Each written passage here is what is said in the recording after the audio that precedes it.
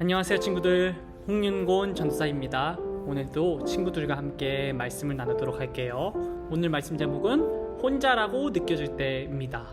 창세기 28장 15절 말씀 같이 한번 읽어볼게요. 내가 너와 함께 있어 내가 어디로 가든지 너를 지키며 너를 이끌어 이 땅으로 돌아오게 할지라. 내가 내게 허락한 것을 다 이루기까지 너는 떠나지 아니하리라 하신지라. 아멘.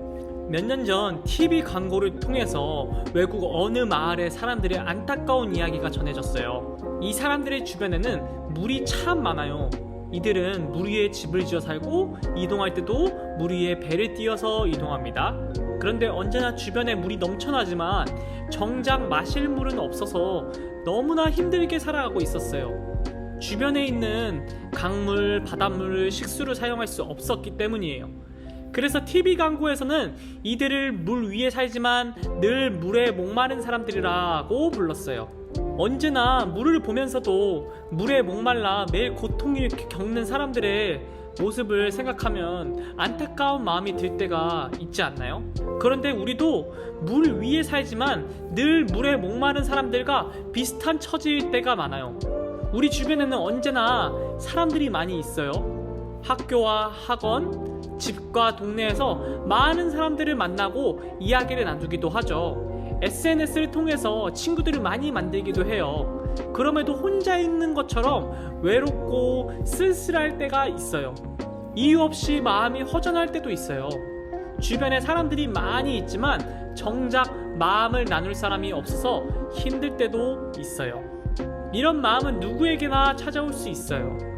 물 위에 살지만 늘 물 위에서 목마른 사람들처럼 우리도 많은 사람들 틈에서 혼자 쓸쓸하고 두려운 마음이 들 때 약속의 자녀인 우리는 어떻게 해야 될까요? 이 질문에 대한 답이 하나님 말씀에 있어요. 오늘 창세기 28장에 나오는 야곱 이야기를 통해서 하나님은 우리에게 말씀하세요. 함께 읽어볼까요? 함께 하시고 지켜주시는 하나님을 믿으라. 에서는 하나님의 축복을 소홀히 여겼어요. 야곱은 하나님의 축복을 받기 위해서 형과 아버지를 속였고요. 에서와 야곱 둘 다 하나님의 축복을 받을 자격이 없었어요. 그러나 하나님은 자격과 상관없이 오직 은혜로 야곱을 선택하셨어요.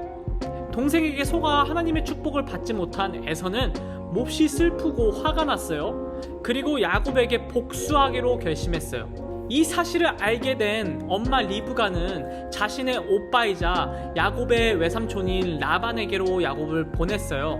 야곱은 화가 난 에서를 피해서 급하게 집을 떠나게 됩니다. 부모님의 사랑을 받는 둘째 아들이었던 야곱은 이제 도망자 신세가 되어서 집을 떠났어요. 형 에서처럼 신체적으로 강하지 못한 야곱은 혼자서 가는 긴 여정이 더욱 힘들고 두려웠을 거예요. 그러다 밤이 되자 한 곳에 머물고 돌을 베개로 삼아서 잠이 들었거든요. 그런데 그곳에서 매우 특별한 꿈을 꾸게 되었어요. 땅과 하늘을 연결하는 사다리가 보이고 하나님의 천사들이 그 위에서 오르락 내리락 하고 있는 거예요. 그때 사다리 위에서 하나님의 음성이 들렸어요. 나는 내 할아버지 아브라함의 하나님, 그리고 내 아버지 이삭의 하나님이다. 내가 누워있는 땅을 너와 내 자손에게 줄 것이며 너의 자손이 땅의 먼지처럼 많아질 것이며 땅의 모든 민족이 너와 너의 자손으로 인해 복을 받을 것이다. 내가 너와 함께 있어 항상 너를 지키며 너를 이 땅으로 돌아오게 할 것이다. 나는 너를 떠나지 않을 것이다. 잠에서 깬 야곱은 지난밤 꾼 꿈을 단지 평범한 것으로 여기지 않았어요. 하나님이 이곳에 계시고 꿈을 통해서 약속의 말씀을 주신 것을 깨달았어요. 야곱은 이 약속의 말씀을 통해 나를 지켜주시는 하나님, 나와 함께 하시는 하나님에 대한 믿음과 확신이 생겼어요. 야곱은 자신이 베개로 삼았던 돌을 기둥으로 세우고 그 위에 기름을 부었어요. 그리고 그곳을 베델이라고 부르게 됩니다. 베델은 하나님의 집이라는 뜻이에요. 이는 하나님이 지금 이곳에서 나와 함께 하시고 앞으로 나와 함께 하셔서 나를 지키실 것이라는 믿음의 고백이에요. 야곱은 하나님의 축복을 소중히 여겼어요. 그리고 비록 좋지 않은 방법을 사용했지만 결국 아버지를 통해 하나님의 축복을 받았어요. 그런데 야곱에게 닥쳐온 상황은 어땠나요? 자신을 죽이려는 형에게 쫓기는 도망자 신세가 되었어요. 이런 것은 야곱이 생각한 하나님의 축복이 아니었어요. 야곱은 크게 실망했고 두렵고 또 외로웠을 거예요. 돌 하나를 베개 삼아 누워있는 자신의 처지를 보면서 후회와 원망의 마음이 가득했을 거예요. 그때 하나님이 야곱에게 먼저 찾아와 주셨어요.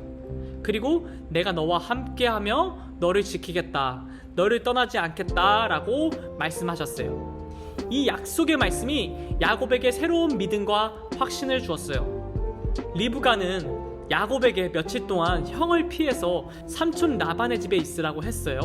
아마도 야곱도 얼마 후에 형이 화가 풀리면 집으로 돌아가려고 했을 거예요. 그러나 야곱은 무려 20년 동안이나 고향에 돌아가지 못했어요. 20년 동안 때로는 후회로, 때로는 그리움으로 힘든 날이 많았을 거예요. 만약 베델에서 만난 하나님의 약속이 없었다면 야곱은 마음을 지키지 못하고 무너져 내렸을 거예요. 하나님은 그날 밤 야곱에게 말씀하셨어요. 내가 너와 함께 있어 네가 어디로 가든지 너를 지킬 것이며 너를 이끌어 이 땅으로 돌아오게 할지라. 내가 내게 허락한 것을 다 이루기까지 너는 떠나지 아니하리라 하신지라. 이 약속의 말씀이 야곱을 다시 일으켰고 그에게 믿음과 확신을 주었어요. 하나님은 야곱에게만 약속을 주신 게 아니에요. 같은 약속을 하나님의 자녀인 우리에게도 주셨어요. 그리고 이 약속을 이루기 위해서 예수님이 이 땅에 오셨지요. 하나님이 이 약속의 말씀을 통해 믿음과 확신을 주신 것처럼 우리에게도 같은 은혜를 주실 거예요. 여러분도 많은 사람들 틈에 있지만 이상하게 나 혼자 있는 것처럼 외로움을 느낄 때가 있을 거예요. 또 이유도 모르게 두렵고 슬플 때가 있을 거예요. 그럴 때 내가 너와 함께하며 너를 지키겠다, 나는 너를 떠나지 않겠다 라고 말씀하시는 하나님의 음성에 귀를 기울이시길 바래요. 그러면 우리도 야곱처럼 다시 일어나서 하나님을 예배할 수 있어요. 이 진리를 마음에 새기면서 저를 따라 큰 소리로 한번 외쳐볼게요. 함께 하시고 지켜주시는 하나님을 믿으라. 아멘. 전도사님이 기도하고 예배 마무리하겠습니다. 사랑해 주님 감사합니다.